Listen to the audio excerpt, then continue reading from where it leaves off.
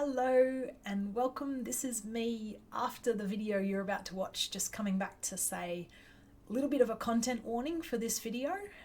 Please take care of yourself and only watch it if you're feeling like you can deal with emotional triggers and possibly like reminders of physical triggers that you might have. And without further ado, I hope you enjoy this video. Hello, my name's Deborah and welcome back. Today we're going to be talking about a specific subject to do with health and going through suffering and pain. So if you haven't experienced that in your life, I don't know how many people that applies to, but this might not be the video for you. I've got some other videos you might be interested in. So I've been through a lot of physical pain in my life since I was 14. I started to have serious chronic health problems.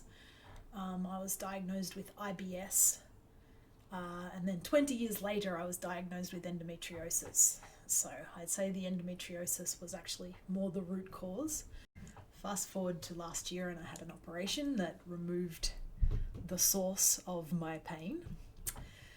And things have been getting a lot better since, but there's still a lot of pain that seems to limit me.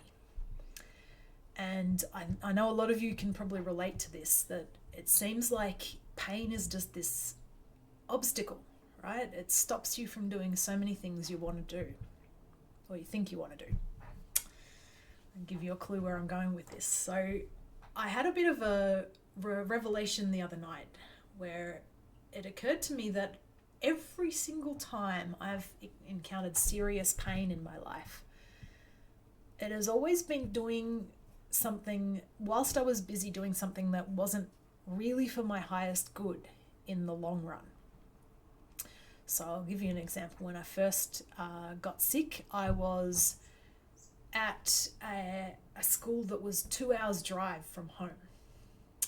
Not drive, it was public transport. 2 hours travel time to get there. So that was 4 hours every day that I was using to get to this school.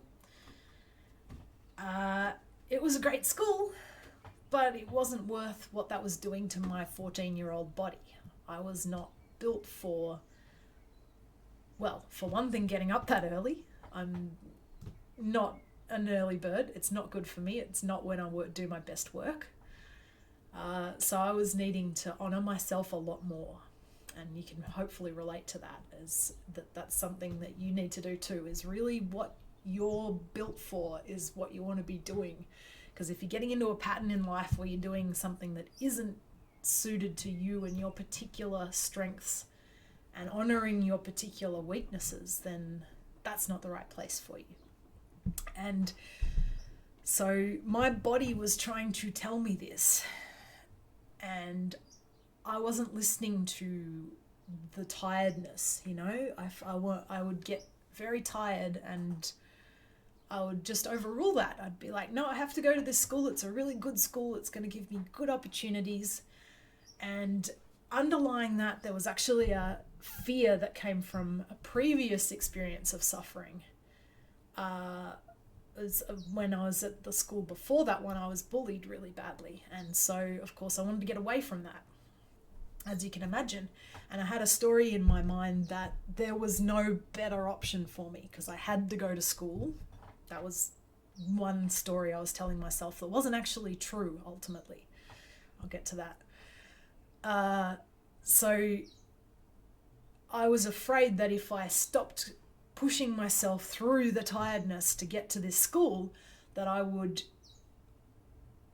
be forced to go back to a school where I was bullied. You know, it sort of seems like a maybe not logical thing, but it was what was going on underlying this and why I kept driving myself to do something that really wasn't good for me. So my body said, stop. Okay, if you're not going to listen to it when we say you're too tired for this, well, we're going to do something worse. And so this pain started to happen. And when I say pain, I mean the kind of thing that makes you pass out. Like, I'm not talking mild, easy to deal with pain.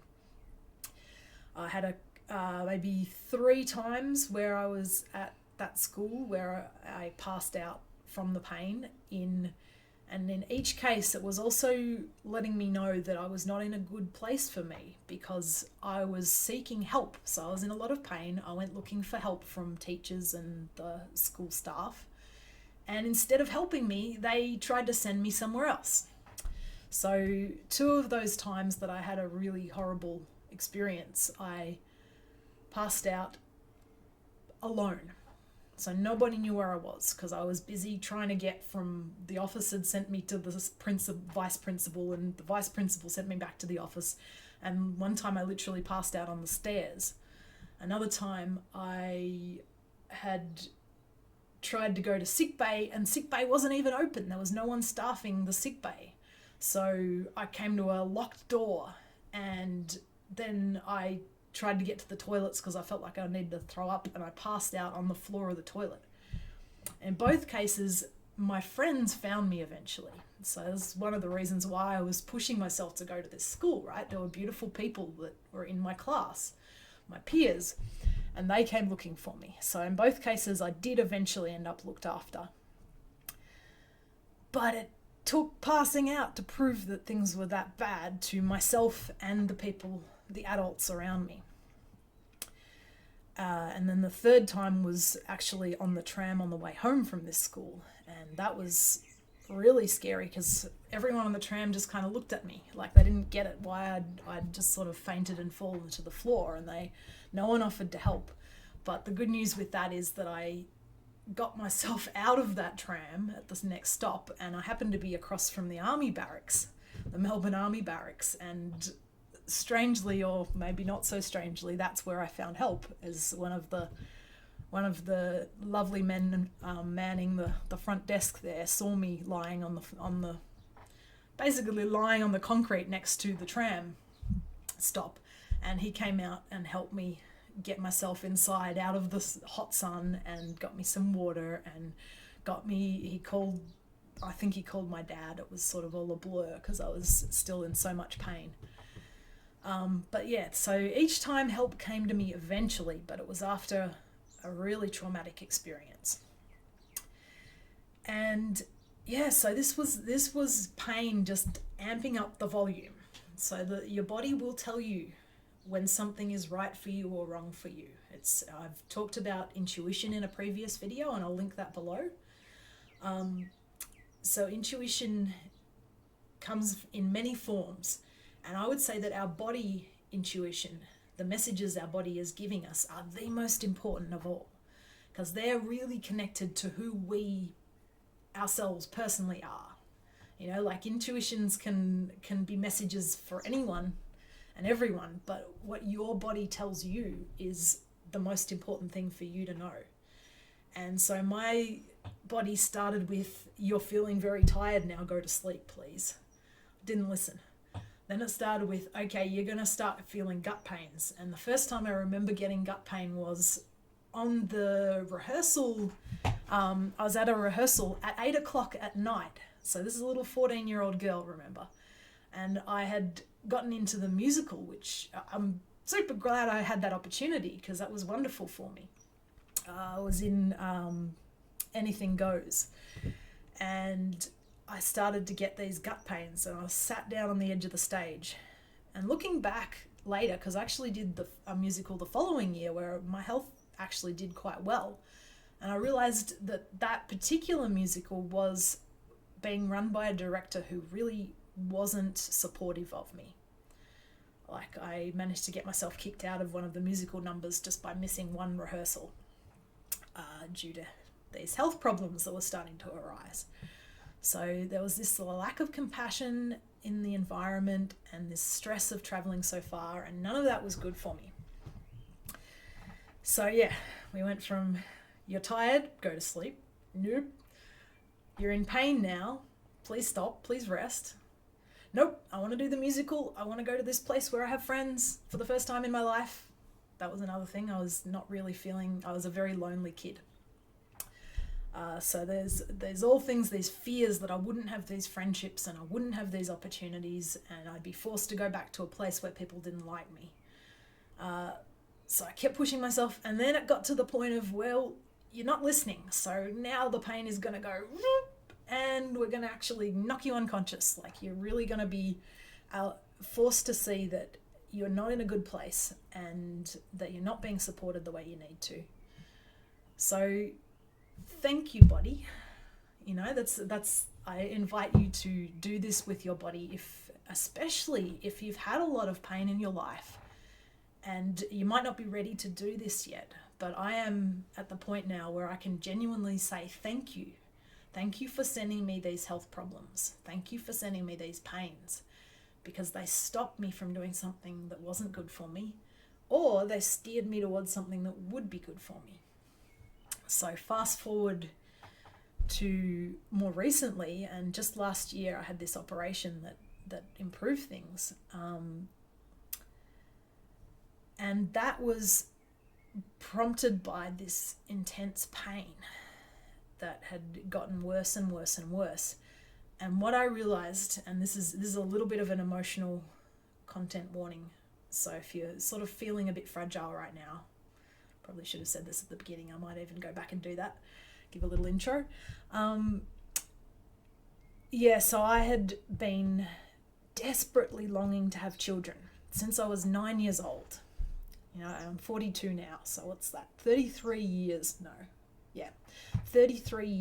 I had wanted to have children so badly. It was so much like, since I helped raise my little brother. He was born when I was 9. And so letting go of that particular dream was a huge thing for me. It was something I'd considered many times before, where I thought, well, if I have a hysterectomy to remove the source of most of my pain, that might make a big difference. But I want to still give it a chance. I want to still make it possible for me to have my own child. But then last year, at the beginning of last year, I just had this epiphany. It was just suddenly, it seemed so clear to me that I cannot live and be the best mother that I want to be if I'm in pain all the time. You know, it's not going to serve me. And now that I look back, I realize that actually having a child of my own would have been a beautiful thing, but it wasn't what I was called to. You know, it wasn't actually what was best for my sole purpose, because I've been a teacher. I spent 10 years teaching. I love children. And now I have this energy and this vibrancy about me that I wouldn't have had without that operation, and without being willing to let go of having my children. You know, it doesn't have to be children that come from me, from my physical being, for it to be children that I care about. And I will always care about children, and that's part of what I want to do with my future, is be involved in the lives of children and help them learn who they are and experience joy and freedom and play, all those things. I want to do those things, but I don't need to have my own baby to do that. And in fact, if I did, it would probably prevent me from doing my best job, because my body's not built for it. You know, that's what it was telling me right from the age of 14, and I didn't want to listen. Is, Deb, you're not built for the physical labor involved in raising a child. And so much love to all the parents out there who are listening, because I just get it. I know how exhausting it is. I worked as a teacher, so I've got a good idea of that side of it, at least a particular age group, like 6 to 12-year-olds. So much energy required, and that's why I couldn't keep being a teacher too. You know, and that's the other thing, is that's where my health really started to go downhill, was when I kept trying to go back to teaching, and it just wasn't working for me. So yeah, at this point, I can honestly say that pain has always been my friend.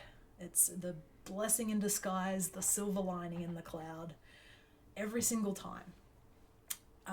And right now, these last few days, I've been struggling with heaps of physical pain, particularly in my lower back and still in my belly. And that's been a real struggle for me. I've been wrestling, and that's where this revelation came in, because I was like, well, why do I keep experiencing so much pain, even though I've been through so much and I've let go of so much to get my health back. And I've been committed to my self-care. I've been committed to my daily self-care. And I realized that I was still hanging on to a particular way of doing things. I was still holding on to, I really want to be able to write before I make these videos. You know, I want to be able to write a script for myself. And that's not working anyway, because I can't, if I put my glasses on, you can see like I start getting light reflecting off my glasses, so it's sort of harder to connect with me, and I can't read my script without my glasses. So it was this whole thing, I was trapping myself in this loop of I have to do things a certain way and I have to be confident. And since tapping into this, it's like, okay, this pain has been trying to tell me that I've been holding on way too tightly to how I want to do this and where it's going to go, and getting it perfect too. That's the perfectionism I've had since I was a kid, and it's really coming from anxiety. You know, if you can probably, most of you relate to this, that if you grew up not feeling particularly validated, not feeling like the adults around you appreciated who you really were and what you were offering. You know, most of us were told to be a certain way and that this quality was valuable and this one wasn't. You know, for me, that was a lot of, you got to be physically competent. You got to be strong and able to do all the housework and still get up and have energy to go to work or school or whatever it is. And all those things were really highly valued by a lot of the people around me. And that wasn't me. You know, my energy is mostly up in the intuitive realm. That's where it's meant to be. That's what I'm built for. I'm much more able to focus on that with ease, and it doesn't drain me. So forcing myself to be perfect and to do the hard work and push through resistance, that's what I was taught to do. And you know, and it gets me annoyed when I see the sort of motivational videos that advocate for that sort of thing. It's like, yes, sometimes it's important to push through resistance, but constantly pushing through discomfort and resistance just because you think you have to be worth something doesn't serve you. Like, please don't do that. Okay? Life is supposed to be pretty easy. I know it isn't for a lot of people. That's a whole other video. But it is supposed to be. When you really find your groove, when you find what you're meant for, what you came to this world to do, it will be pretty easy. You won't have to fight yourself for it. You know, I'm experiencing that right now. This is the second video I've made today. It's just flowing. I'm not having to make a script. I'm not even having to plan ahead. It's just kind of coming to me. So, you know, if you resonate with this video, then that's letting you know that this is something for you. So listen to your body. You know, listen the first time. Don't wait until it gets up to intense pain. And if you are still experiencing pain, first off, like, please don't take this as you are, like, I'm not going to be one who says that you manifest pain always for a reason. That might not be true for you. Okay, so check in with your body. It might be that there is something that really needs to be done. Like in my case, I needed an operation. I needed to keep trying new doctors. There's a million different things your body could be trying to tell you. It might be trying to get you to reach out for help, which is done for me in a lot of cases. It might be telling you to change direction, like it did for me. There's a lot of things it could be telling you, but the important thing is to start listening. You know, listen to what your body says to you. Whatever it is, it's got to be like so far up your priority list of advice to take. It's got to be, your body overrules every other human on the planet, right? If it's telling you to do something, it is more important than anybody else. There is literally nobody who can overrule that voice of what your body is telling you to do. And same goes for the voice of your intuition. You know, these two things work together. The body and for me, I consider it like tapping into a spiritual realm, but you don't even have to. You can see intuition as just a function of your brain that helps you zoom in on what's important to you. So, you know, the intuitive parts of our brain can guide us, but our body has to also be the guide. It has to steer us through this physical world. You know, this body that we have is a miraculous thing that we've evolved over so many thousands of years, and our ancestors all managed to create new life, and that kept going. You know, that's an incredible achievement in its own right, and that we have this body that's come from so long. And then we have these health issues. It's like, well, we can't, it's not that there's something wrong with our body, actually. It's that something wrong with the world around us that's not letting us be supported in whatever we need to be.